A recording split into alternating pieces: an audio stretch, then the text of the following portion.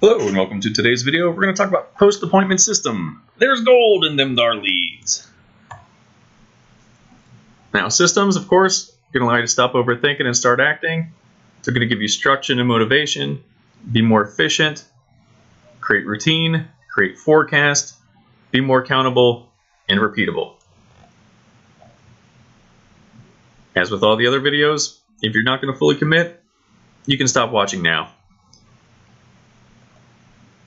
Now, the entire course of this video is going to assume that you've gone through, you've had an appointment now, you've met these people face to face, and for whatever reason, you just weren't able to close them. You weren't able to sign a listing agreement, you weren't able to sign a buyer's agency. So we're going to kind of retarget them and put them back into our funnel here. Most likely, these folks at this point, they're either in the research or transactional phase. So just kind of place them appropriately as you're going through your funnel. But at this point, we actually do get some new wheels.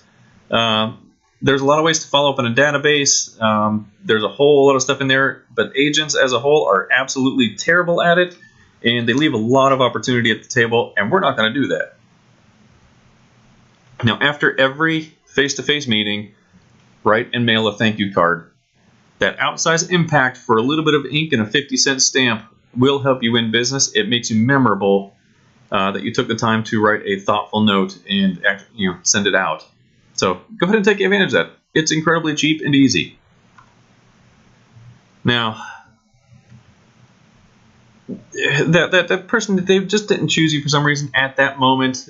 They may be interviewing other agents, whatever it is.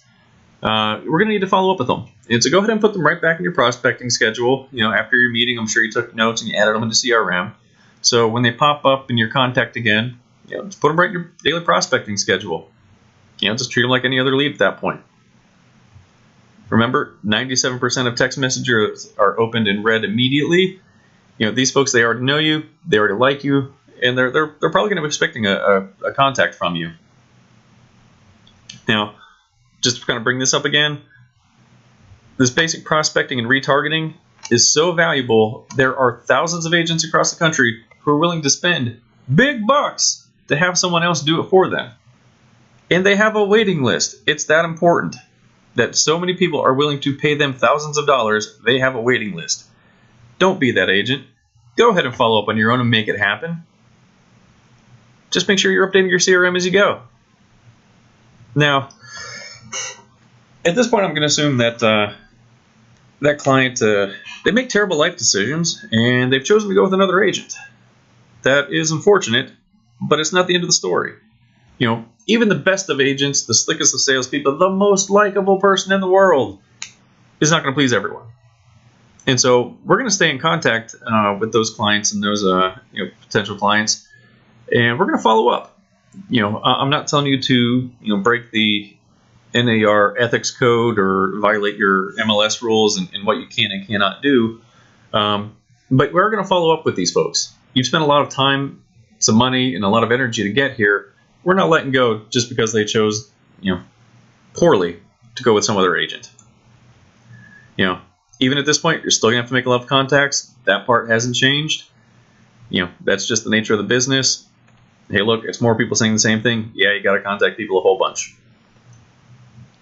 Make sure you're using CRM to do it. Now, okay, so they've chosen another agent. Once again, still a poor decision. What we can do is we can't directly solicit for that business. Whether it's a buyer or seller, we can't directly solicit for that piece.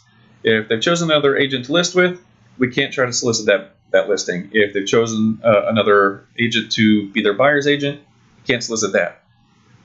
But you can solicit the opposite. If they've chosen a different listing agent, offer to be their buyer's agent.